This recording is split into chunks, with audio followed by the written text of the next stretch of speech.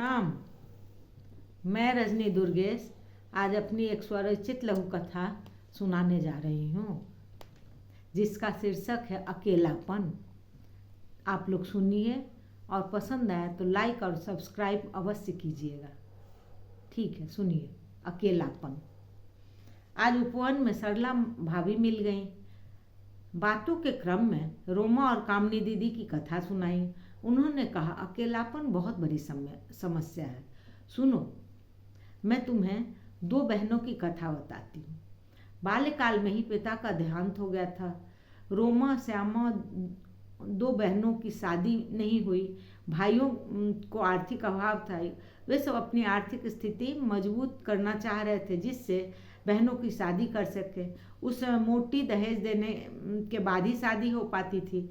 दहेज के संग आभूषण, टेलीविज़न, फ्रिज, बर्तन आदि गृह उपयोगी सामान देने की प्रथा थी।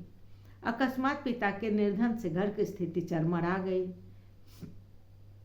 स्थिति को सुधारने तथा बहनों के दहेज की जुगाड़ में काफ़ी समय व्यतीत हो गया। व्यवस्था के कारण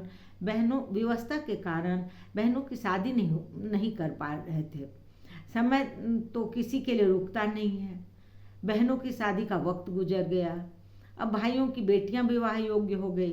एक दिन रोमा ने भाइयों से कहा, भैया अब प्रिया और कामिनी भी विवाह योग्य हो गई हैं।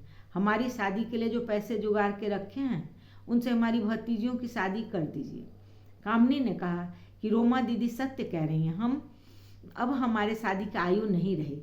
अपनी भाषा में कहावत है, सांझ बितला पर दिया देखेला पर लाभ कौन, समय बितला पर विवाह भेला के कौन लाभ। सही है, अब हमारी शादी की आयु नहीं है। सब चीज़ का समय निर्धारित होता है। अब हम अपनी भतीजियों की शादी में जश्न मनाएंगे। दोनों भतीजी का विवाह हो गया। माँ भी गोलोक धाम चली गई। धीरे धीरे भाई लोग भी अपनी गृहस्थी में व्यस्त हो गए। दोनों बहनें जब तक साथ थी तब तक तो रिक्तता का बोध कम होता था। रोमा की सांप काटने से मृत्यु हो गई।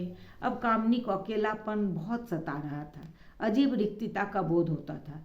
कामनी ने एक बच्ची गोद ले ली। अब उस बच्ची के परवरिश में रिक्तता का बोध समाप्त हो गया। सरला दीदी के मुंह से ये बातें सुन मेरे मन को बहुत सुकून मिला। धन्यवाद।